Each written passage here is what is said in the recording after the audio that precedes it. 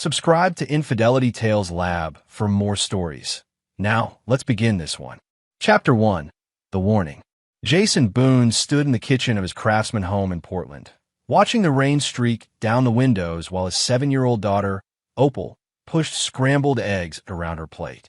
She had barely touched her breakfast, and those gray eyes, so much like his own, kept darting toward him with an intensity that made him uncomfortable. "Dad," she said quietly, setting down her fork. "Don't go to work today." Jason glanced at his watch. He had a meeting at 9 with potential investors for Boone and Farrell Strategic Consulting, the firm he'd built from nothing with his best friend Theron over the past 8 years. Missing it wasn't an option. "Why, sweetie?" he asked, kneeling beside her chair. Opal's small hands gripped the edge of the table. "Just stay home, please." His daughter had always been sensitive, what his mother called intuitive beyond her years. 3 months ago, she'd refused to get in the car before a family trip, crying until they delayed leaving by an hour. They later learned a multi-car pileup had occurred on the highway at exactly the time they would have been there. His wife Darlene had dismissed it as coincidence. Jason wasn't so sure, but today he had no choice. The Richardson account was worth $3 million, and Theron had been handling most of the prep work. Jason needed to be there to close it. "I'll be home by dinner," he promised, kissing the top of Opal's head. "We can watch that documentary about the octopus you wanted to see." Her chin trembled. "Something bad is going to happen, Daddy. Something really bad." Darlene appeared in the doorway, her auburn hair pulled into a careless ponytail, wearing yoga pants and an oversized sweatshirt. At 34, his wife of 9 years still turned heads, but lately she'd seemed distant, distracted. She blamed it on stress from her freelance graphic design work.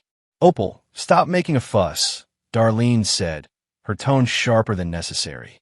"Your father has important things to do."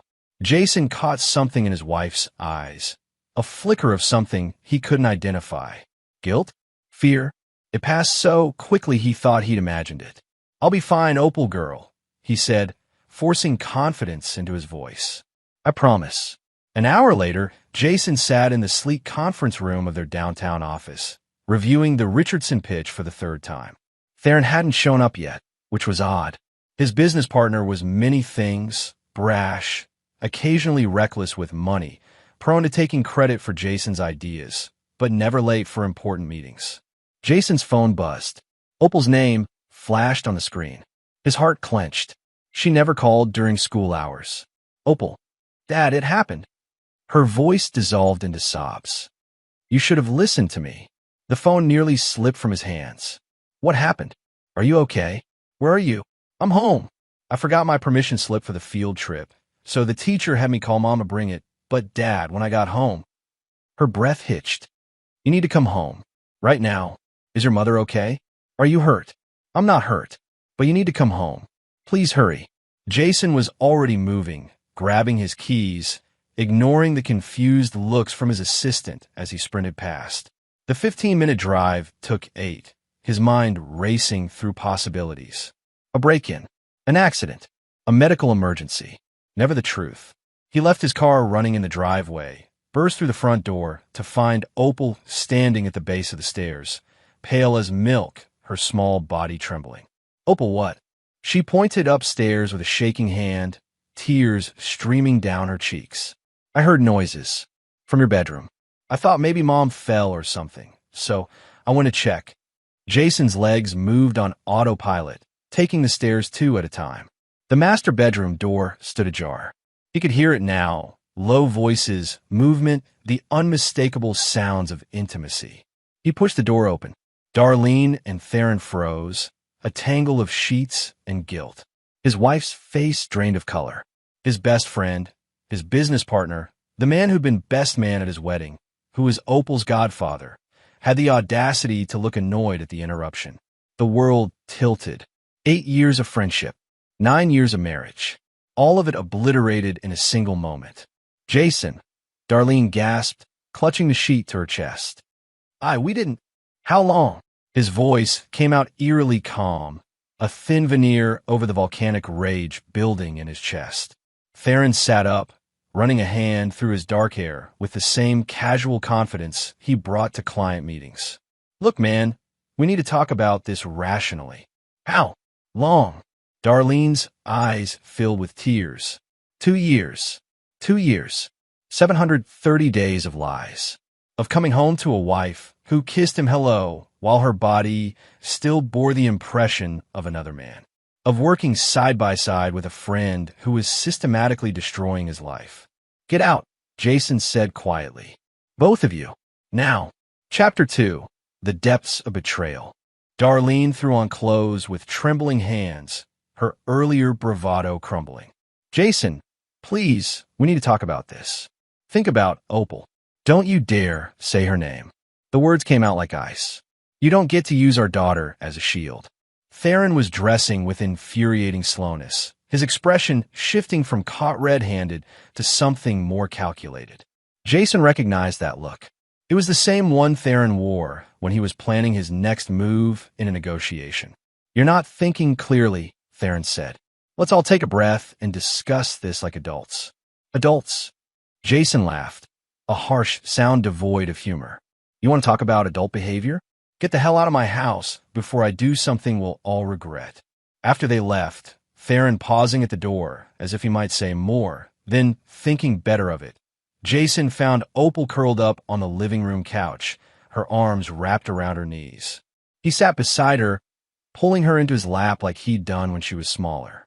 "I'm sorry you had to see that, baby. Is Mommy leaving?"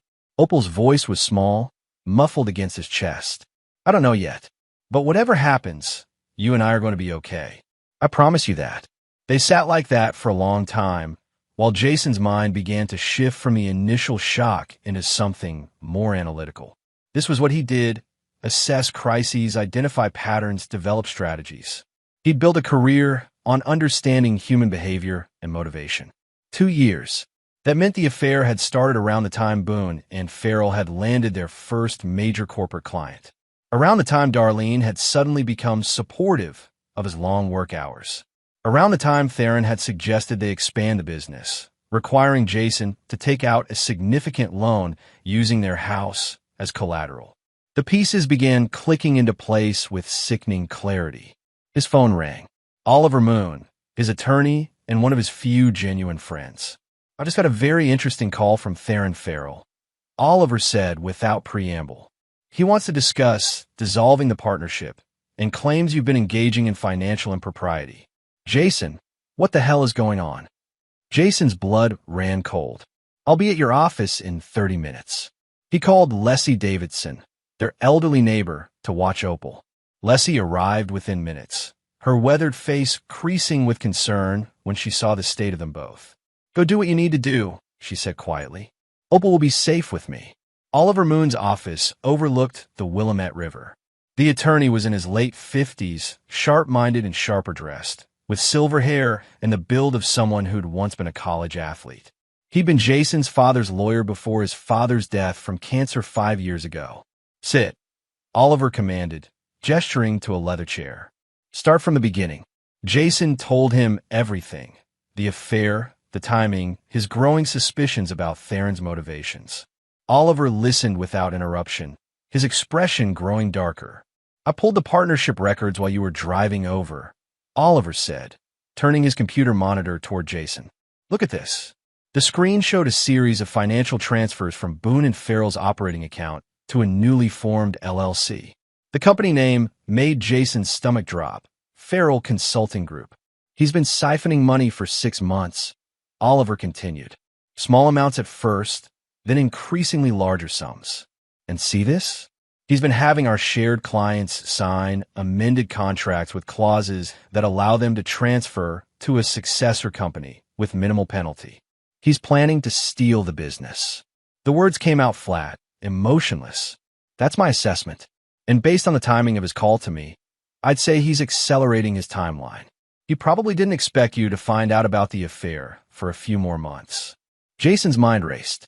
Theron had access to everything: client lists, proprietary methodologies, strategic frameworks Jason had spent years developing. The non-compete clause in their partnership agreement had a loophole Theron had insisted on adding 3 years ago. At the time, Jason had thought it was paranoia about being locked out of the industry if things went south. Now he understood it was premeditation. "There's more," Oliver said grimly. "The loan you took out 6 months ago to expand the office? Theron added you as the sole guarantor. If the business fails, you're personally liable for $800,000. That's not what I signed. Are you certain? Because the document filed with the bank has your signature." Jason closed his eyes. He'd signed dozens of documents that month during the expansion. Theron had always handled the administrative details, while Jason focused on strategy and client relations. It would have been easy to slip in an altered agreement. "He's planned this perfectly," Jason said quietly. "Seduce my wife, destroy my marriage, steal my business, and leave me buried under debt. It's diabolical," Oliver agreed. "But here's what he didn't count on. You being you. You're the best strategic mind I've ever seen, Jason.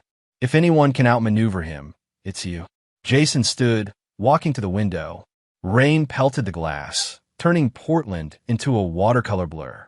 His reflection stared back at him. A man who'd built his entire adult life on trust and partnership, now facing the rubble of everything he believed in. But underneath the devastation, something else was crystallizing. A cold, calculating clarity. "Oliver, I need you to do something for me," he said. "Don't respond to Theron's call yet. Stall him. Tell him you need to review documents." "What are you thinking?" "I'm thinking Theron has spent 2 years setting up his perfect crime. It's time I showed him what a real strategist can do." Chapter 3. The Hidden Hand. That evening, with Opal asleep at Leslie Davidson's house, Jason sat in his home office and did what he did best: analyze the battlefield. Theron Farrell, age 36, grew up in wealth, but squandered most of his inheritance on bad investments before meeting Jason in an MBA program 10 years ago. Charismatic, persuasive, but fundamentally insecure. He resented Jason's natural talent for reading people and situations, even as he relied on it to build their business. Darlene Boone, née Lucero, age 34, came from a working-class family in Sacramento. Her mother, Esperanza Flores, had raised 3 daughters alone after Darlene's father abandoned them. Darlene had always been sensitive about money, about status. When had that insecurity become an opening for Theron? Jason pulled up old photos on his computer. Company parties, vacations, Opal's birthday celebrations. He studied Theron and Darlene's body language in each image, looking for the moment the affair had begun. There, a photo from the company's 5th anniversary celebration. Theron's hand on Darlene's lower back, her body angled toward him. The micro-expressions of intimacy. Jason had been giving a speech, his back to them both. His phone buzzed. A text from an unknown number. "We need to talk. About Opal's future. About doing this the right way. Darlene." Using their daughter to manipulate him already. Before he could respond, another message appeared. This one from Theron. "The business is going to get messy. Let's settle this professionally. I'm willing to buy you out for $200,000. $200,000. For a company currently valued at over $3 million. It was insulting. It was also a mistake. Theron had shown his hand too early, revealing his desperation. That meant there was something Jason didn't know yet, some deadline driving Theron's timeline. Jason opened his laptop and began digging. He'd built Boone and Farrell's systems, had access to everything. If Theron thought changing a few passwords would stop him, he'd underestimated his opponent. 3 hours later, Jason sat back in his chair, a grim smile on his face. He'd found it. Theron had been courting investors for Farrell Consulting Group for months. But the capital was contingent on him acquiring Boone and Farrell's client list and methodologies legitimately, meaning through a buyout or dissolution that wouldn't trigger lawsuits. The investor commitment was set to expire in 30 days. But there was more. Theron had made promises he couldn't keep, overstating the company's value, exaggerating his role in major client victories. He'd even forged Jason's signature on testimonials to investors. If those investors discovered the truth, Theron wouldn't just lose the deal, he'd face fraud charges. And Darlene? Jason found messages between them, carelessly left in Theron's cloud storage. She knew everything. More than that, she'd actively helped, using her graphic design skills to create fake documents and presentations for Theron's investor pitches. They've been partners in every sense of the word.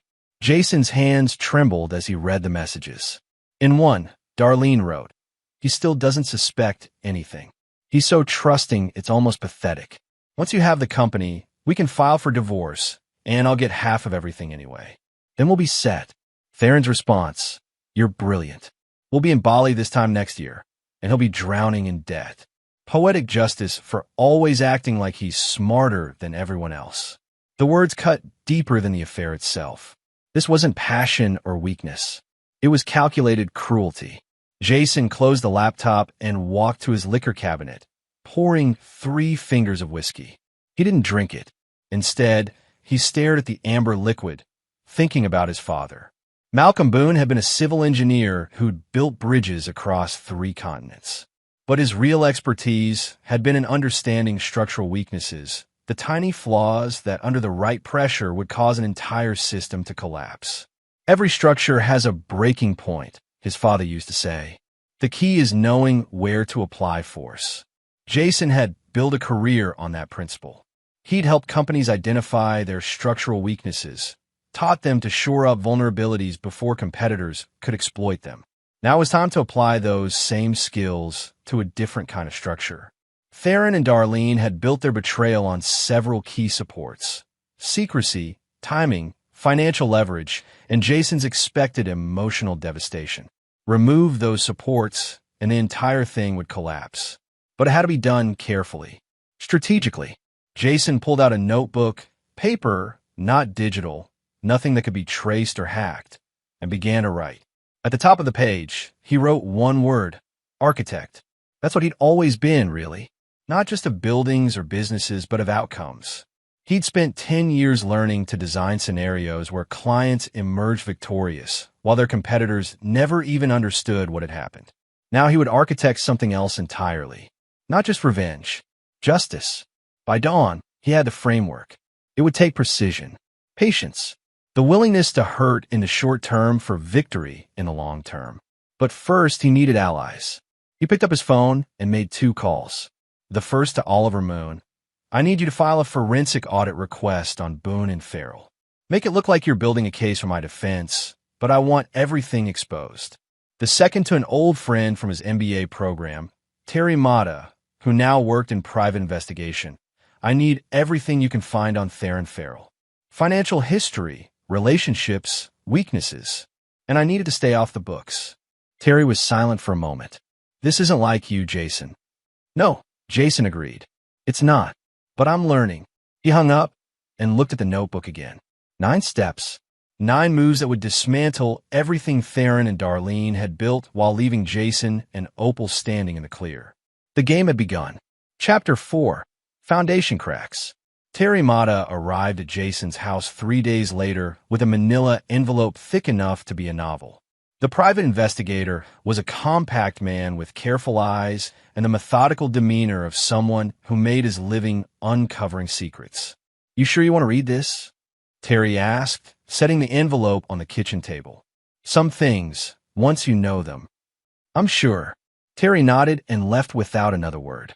Jason waited until Opal was at school before opening the envelope. The first section covered Theron's finances. Despite the appearance of success, the expensive suits, the sports car, the waterfront condo, Theron was drowning in debt. Credit cards maxed out. Personal loans from shadowy sources. Gambling losses at the local casino totaling over $150,000 in the past year. The affair with Darlene wasn't just about desire or betrayal. Theron needed money desperately, and Boone and Farrell represented his only way out. The investor deal was his lifeline. Without it, the people he owed money to would come collecting. The second section detailed Theron's other relationships. There was a string of affairs, one overlapping with the next, including one with a woman named Randy Holloway, who happened to be married to one of Theron's biggest investors. Jason studied Randy's photo. She was beautiful in a calculated way. Expensive highlights, designer clothes, the kind of woman who used her appearance as currency. According to Terry's notes, she and Theron had been seeing each other for 4 months. meeting at hotels while her husband traveled for business. The third section was about Darlene. Her graphic design business was failing. She'd lost her 3 biggest clients in the past 6 months, hadn't landed new work, and was behind on her business loan payments. The loan she'd taken out without telling Jason, using forged documents that showed his consent. They've been planning this for a long time, and they've been getting sloppy, desperate. Jason's phone rang. Oliver Moon.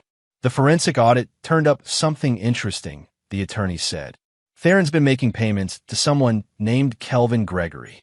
Does that name mean anything to you? Jason's blood chilled.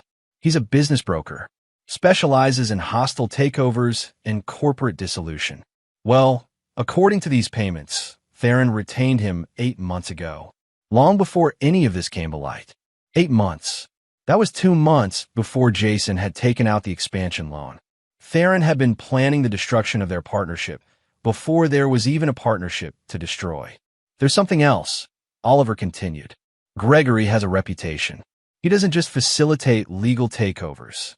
He's been investigated twice for fraud, once for witness intimidation. The charges never stuck, but the pattern is clear. You're saying Theron hired a criminal to help him steal my company.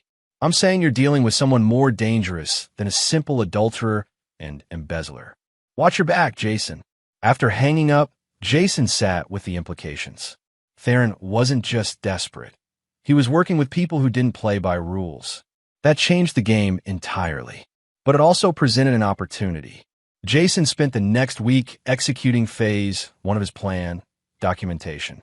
He gathered every piece of evidence of Theron's embezzlement, every forged signature, every doctor document. He created redundant backups, stored in multiple secure locations. If Theron tried to destroy evidence, he'd find himself grasping at air. Simultaneously, Jason began playing the role of the defeated husband. He sent Darlene a text. We should talk about custody arrangements. I don't want to make this ugly. Her response came immediately. Thank you for being reasonable. I know this is hard, but it's for the best. We can co-parent Opal beautifully. The audacity of it almost made him laugh. She actually thought she'd won. To Theron, he wrote, let's discuss the buyout. I want this over with. Theron's reply was magnanimous. I'm glad you're being mature about this. We can both move forward. I'll have Gregory draw up papers. Perfect. Let them think he was broken, defeated, ready to surrender. Let them get comfortable in their victory. Meanwhile, Jason made another call. This one to Federico Davidson, Leslie's nephew, who worked in investigative journalism for the Oregonian. They met at a coffee shop downtown, rain drumming on the windows. I need to show you something, Jason said, sliding a flash drive across the table. But you can't run with it yet. Not until I give you the word.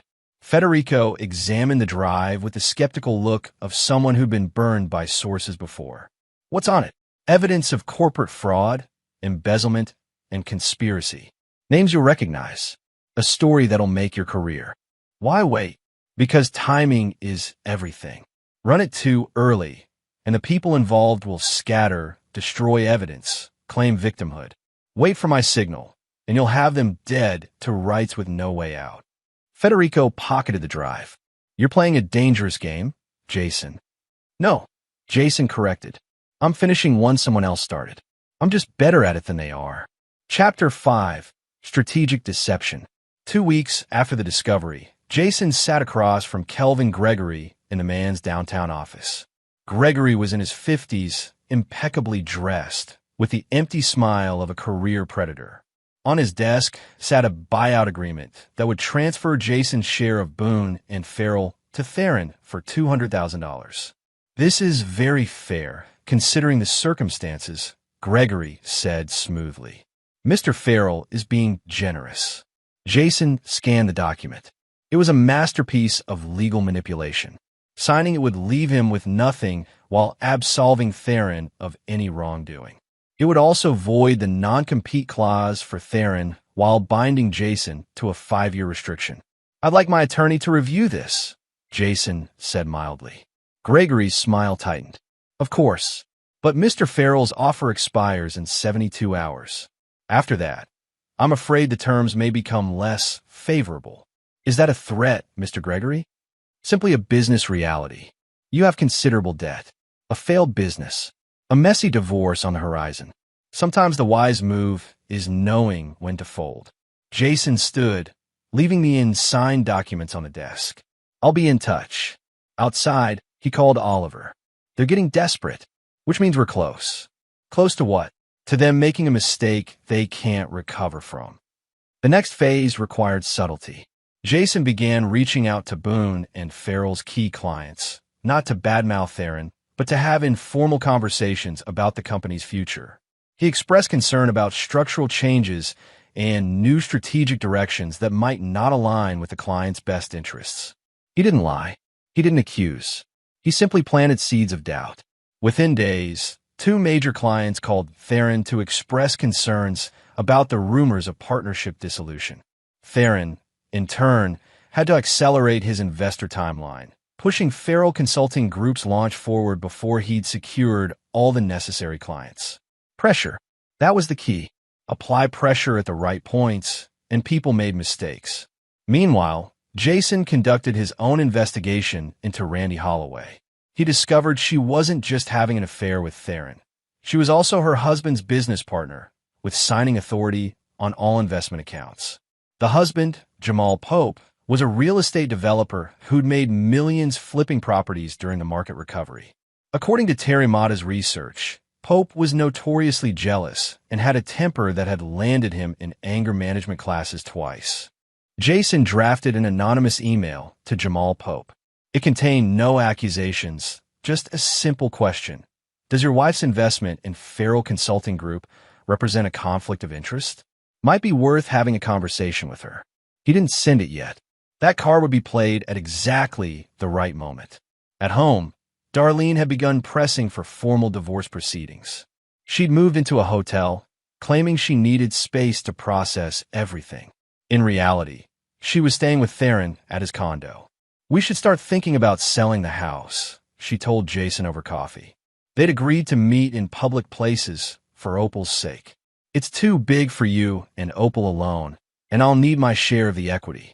The house is in my name, Jason pointed out. The down payment came from my father's life insurance. Darlene's expression hardened. Oregon is a community property state. I'm entitled to half of everything we've built together. Including your business debts? The loan you took out without my knowledge. She paled. I don't know what you're talking about. Of course you don't. He sipped his coffee. I'm sure it'll all come out in discovery. He stood to leave, then paused. By the way, how's Theron's new venture coming along? I hear investor commitments can be fickle things. The look on her face told him everything. She knew they were on shaky ground. Good. That night, Opal asked him a question that stopped him cold. Dad, are you being the bad guy or the good guy? What do you mean, sweetie? She looked up from her coloring book. In your head, you're always planning something. I can tell, but I can't tell if you're planning good things or bad things. Jason knelt beside her. I'm planning to make sure you and I are okay. That's all that matters. But what about Mom? He chose his words carefully. Your mom made choices that hurt our family. I'm making sure those choices have consequences. Does that make sense? Opal thought about it, then nodded. Like when I lied about breaking your coffee mug and you made me do extra chores? Something like that, but bigger. Okay, as long as you're not being mean, just to be mean. Dad, can I tell you something? Always.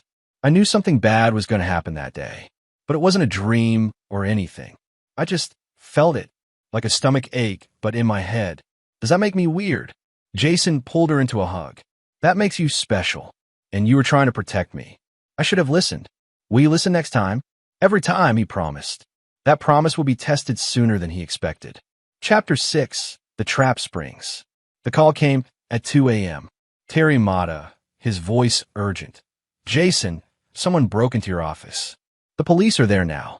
Jason was dressed and driving within minutes, his mind racing.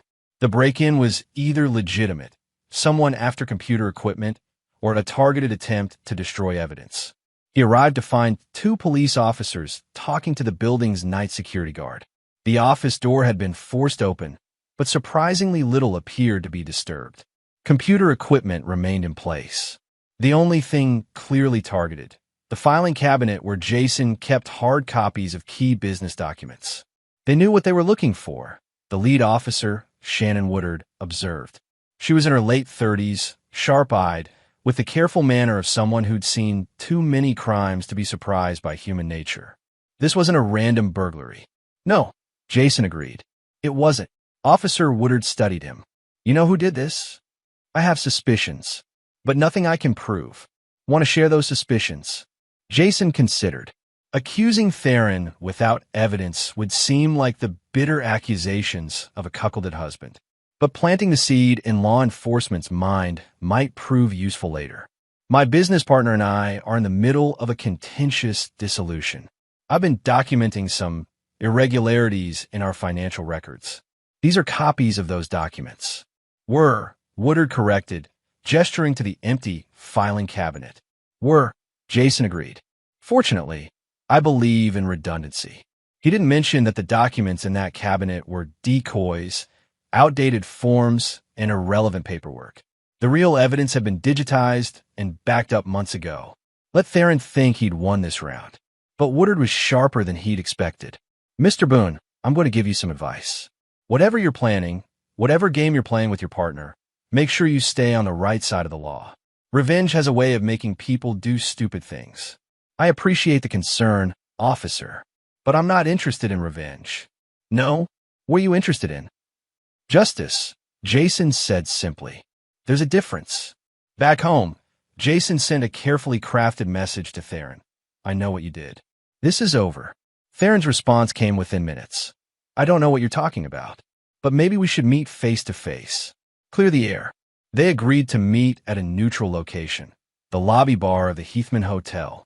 Jason arrived early, took a corner table where he could see the entire room.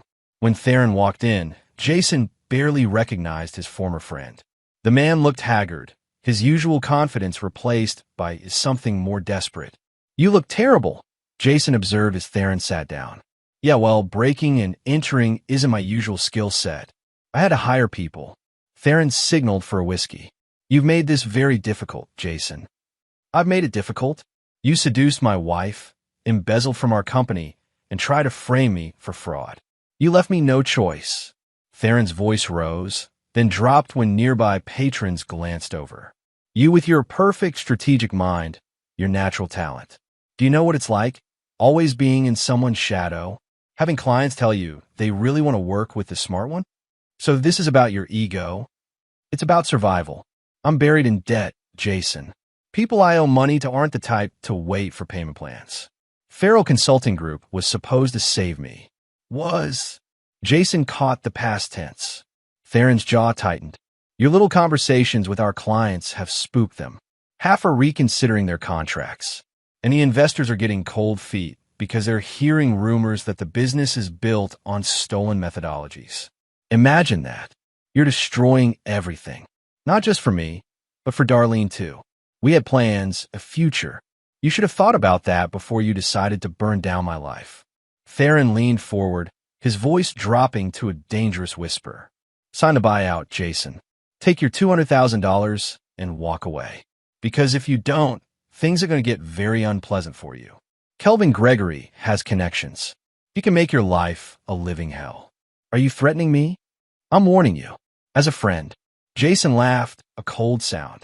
We stopped being friends 2 years ago. You just forgot to tell me. He stood to leave. Theron grabbed his arm. You think you're so smart. But you're not the only one who can play games. No, Jason agreed, pulling free. But I'm the only one who wins them. As he walked out, Jason sent 2 messages. The first to Jamal Pope, the anonymous email about Randy's involvement with Theron, along with a photo Terry had obtained of them entering a hotel together. The second to Federico Davidson, standby. The story breaks in 72 hours. The final phase was beginning. Chapter 7, Controlled Demolition. Jamal Pope's response to discovering his wife's affair was volcanic and public. Within 24 hours, he'd pulled all investment commitments from Farrell Consulting Group, frozen Randy's access to their joint accounts, and filed for divorce. But more importantly, he'd started asking questions. Questions about where his money had been going, what promises Theron had made, what exactly Randy had been signing off on during her business meetings with Theron. An independent audit revealed that Randy had been funneling Pope's investment capital to Theron ahead of schedule, without proper documentation or oversight. It looked less like legitimate business investment and more like money laundering. Suddenly, Theron didn't just have angry investors. He had the attention of federal investigators. Jason watched it unfold from a distance, each piece falling into place with the precision of a demolition sequence. He designed it that way, not directly doing anything illegal, but creating the conditions where Theron's own actions would destroy him. Darlene called, panicking. "Jason, you have to do something. They're investigating Theron. They think I was involved in fraud." "Were you?" Silence. "I helped with some documents," she admitted. "Graphics, presentations. I didn't know he was lying to investors." "Didn't you?" "I didn't." "Look, we need to talk about protecting Opal. If this goes to trial, Opal is protected. She has me. What you need to worry about is protecting yourself." He hung up. Oliver Moon called an hour later. "Kelvin Gregory just contacted me. He wants to broker a deal. They'll void the buyout agreement and split the company's liquidation assets 50-50 if you agree not to pursue criminal charges against Theron." "What did you tell him?" "That I'd relay the message." "Jason, this is a good deal. You get almost $1.5 million, clear your debts, and walk away clean." No. This isn't about money, Oliver. This was never about money." "Then what is it about?" Jason thought about his daughter's trembling hands pointing upstairs. About 2 years of calculated lies. About the smug satisfaction on Theron's face when he'd suggested Jason should be rational. "It's about making sure this never happens to anyone else. Theron and Darlene try to destroy me because they thought I'd roll over. Gregory makes a living helping predators steal from trusting partners. They all need to understand there are consequences." "You're talking about scorched earth. I'm talking about justice." 2 days later, Federico Davidson's article hit the Oregonian's front page. Local consultant accused of defrauding investors' partners. It was meticulously researched, every claim backed by documentation Jason had provided. It named names, Theron Farrell, Kelvin Gregory, detailed their methods, their history of questionable deals. But what made the article devastating was its human angle. Federico had interviewed 3 other entrepreneurs who'd been victimized by Gregory's hostile dissolution tactics, always following the same pattern: befriend, betray, legally plunder. Theron's face was plastered across the business section, looking guilty in a photo where he'd been caught mid-grimace at a charity event. The court of public opinion reached its verdict before lunch. By evening, Boone and Farrell's remaining clients had terminated their contracts with Theron and reached out to Jason directly, asking if he'd consider continuing their relationships independently. Farrell Consulting Group officially died before it ever launched. Chapter 8: The Reckoning. The bankruptcy filing came first. Theron, drowning in debt and legal fees, had no choice. The casino loans came due, and the people he owed weren't inclined to wait while he sorted out his legal problems. According to Terry Mata, who continued to monitor the situation, Theron had to sell his condo, his car, everything of value. He moved into a studio apartment in a part of town where he'd once dismissed clients as not our demographic. But Jason wasn't finished. The documents Theron had stolen during the break-in, those were carefully planted fakes that included what appeared to be communications between Theron and Gregory about bribing a city official for favorable zoning decisions. Completely fabricated, but convincing enough that when Theron tried to use them to deflect from his own crimes, he only implicated himself in something worse. The forgery was obvious to anyone who looked closely, but Theron didn't look closely. He was desperate, cornered, and he played exactly the card Jason had left for him. When the district attorney's office investigated the bribery claim, they quickly determined the documents were fake, which meant Theron had just submitted false evidence to authorities, adding obstruction of justice to his growing list of problems. Darlene tried to distance herself, claiming she'd been manipulated by Theron. But the emails and messages Jason had recovered told a different story. She'd been an active, willing participant. The divorce proceedings became a matter of public record. Oliver Moon presented evidence of her business fraud, the forged loans, the systematic deception. The judge's ruling was unambiguous. Jason retained full custody of Opal, the house, and all marital assets.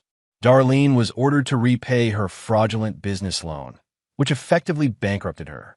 She moved back to Sacramento, living with her mother Esperanza, working retail to pay off her debts. But the cruelest cut came when her mother called Jason directly. "I raised my daughter to be better than this," Esperanza said, her voice heavy with shame. "What she did to you, to that beautiful little girl. I'm sorry isn't enough, but I'm sorry anyway. Thank you, Mrs. Flores. I want you to know, we're not giving her money. She needs to face what she's done. And if there's anything Opal ever needs, you call me. She's still my granddaughter, and she deserves better than this mess." It was the only grace note in the entire sordid affair. Kelvin Gregory faced his own reckoning. The article had brought him attention he didn't want. The state bar opened an investigation into his business practices. 2 former clients came forward with allegations of fraud. His career, built on predatory dissolution of partnerships, was coming apart. In a last desperate move, Gregory tried to sue Jason for defamation. The case was dismissed within weeks, truth being an absolute defense against such claims. 3 months after that morning, when Opal had begged him to stay home, Jason stood in the empty office that had once been Boone and Farrell. The space echoed, stripped of furniture, ready for a new tenant. Oliver Moon stood beside him. "You did it. Against all odds, you came out ahead." "Did I?" Jason looked around at the emptiness. "My marriage is over. My business partner turned out to be my enemy. My daughter saw things no child should see. But you protected her. You protected yourself. And you made sure those who wronged you faced consequences." Oliver paused. "Some might say you went too far. Some might. Do you?" Oliver considered. "I think you fought back against people who tried to destroy you using every advantage they had. You just happened to be smarter than they were. If that's wrong, then the entire concept of justice is flawed." Jason's phone buzzed. A text from Opal, who was at Leslie Davidson's house. "Can we have pizza for dinner? And can we watch the octopus movie?" He smiled. "I have to go. My daughter wants pizza." "Go. Be with her." That's what this was all about anyway. Chapter 9. Architect of Tomorrow. 6 months later, Jason Boone stood in a new office, smaller than the old one, but entirely his own. The sign on the door read, Boone Strategic Consulting. He'd rebuilt from scratch, keeping only the clients who'd specifically requested to continue working with him. The business was leaner, more focused, and entirely under his control. But more importantly, he'd created something new, a consulting service specifically for entrepreneurs who've been victimized by hostile takeovers, predatory partners, or business fraud. He called it the Phoenix Project. His first client was a woman named Christine Herman, whose business partner had attempted the exact same playbook Gregory specialized in.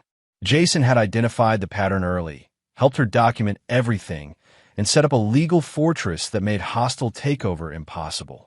She'd walked away with her company intact, and her predatory partner facing charges. "You saved my life," Christine told him during their final meeting. "Not just my business, my actual life. I've been where you are," Jason said simply. "I know what it takes to fight back." At home, Opal was thriving. The trauma of that terrible day had faded, replaced by the security of knowing her father would always protect her. She still had her intuitive moments, warning him before minor problems arose, sensing when people weren't trustworthy. He'd learned to listen. "Dad," she asked one evening while they were doing dishes, "do you still think about Mom?" "Sometimes." "Do you?" "Yeah, I miss her, but I'm also kind of mad at her." "That's okay. You can be both." "Do you think she'll ever say sorry?" Jason dried a plate, considering his words carefully. "Maybe, but even if she does, it doesn't mean things go back to how they were. Some choices change everything. Like your choices changed everything for Mr. Theron and Mr. Gregory." "Smart kid. I made sure they faced consequences for their actions." "That's different, is it?" "Yes, because they hurt people on purpose. I made sure they couldn't hurt anyone else." Opal thought about that. "Okay, that makes sense." The doorbell rang. Terry Mata stood on the porch, looking uncomfortable. "You should see this," he said. handing Jason a thin folder. Inside was a news clipping from a Sacramento paper. Darlene Lucero, she'd taken back her maiden name, had been arrested for check fraud. Small-time stuff, but it suggested she hadn't learned anything from her previous downfall. She's working retail, stealing from the register to pay off debts, Terry said. Thought you should know. Jason felt nothing. No satisfaction, no pity. Just the distant observation of someone watching a tragedy play out from a safe distance. Thanks for letting me know. That's it? No comment. What would I say? She made her choices. She's living with the consequences. Just like we all do. After Terry left, Jason stood in his home office, looking at the framed photo on his desk. It was from Opal's 8th birthday party. Just the two of them at the zoo. Her face lit up with joy as she watched the octopus exhibit she'd been fascinated by ever since the documentary. That was what mattered. Not the scorched earth he'd left behind. Not the enemies he'd defeated. This moment, this daughter, this chance to rebuild something better. His phone rang. A potential new client, recommended by Christine Herman. Another entrepreneur being targeted by a predatory partner. Mr. Boone, I'm hoping you can help me. My business partner has been acting strange, and I think he's planning something. Jason picked up his notebook, the same one he'd used to architect Theron and Darlene's downfall. But this time, he'd be using those skills to build rather than destroy. Tell me everything, he said. Start from the beginning. As the client talked, Jason made notes, already identifying patterns, seeing the vulnerabilities, designing the counter-strategy. This was what he'd always done best, architect outcomes. He just needed to learn when to build and when to demolish. Outside, rain drummed against the windows. Portland weather, constant and cleansing. Opal was in her room doing homework, safe and happy. Theron was broke, facing multiple lawsuits and under federal investigation. Gregory had been disbarred and was facing trial for fraud. Darlene was in Sacramento, burning what remained of her life one bad choice at a time. And Jason? He was teaching his daughter to trust her intuition, helping others avoid the traps he'd fallen into, and building something better from the ruins of betrayal. Some might call it revenge. Officer Woodard would probably say he'd gotten dangerously close to crossing lines that shouldn't be crossed. But Jason called it justice. The kind you have to architect yourself when the people you trusted decide to become your enemies. The kind where you win not by becoming like them, but by being better, smarter, and more patient.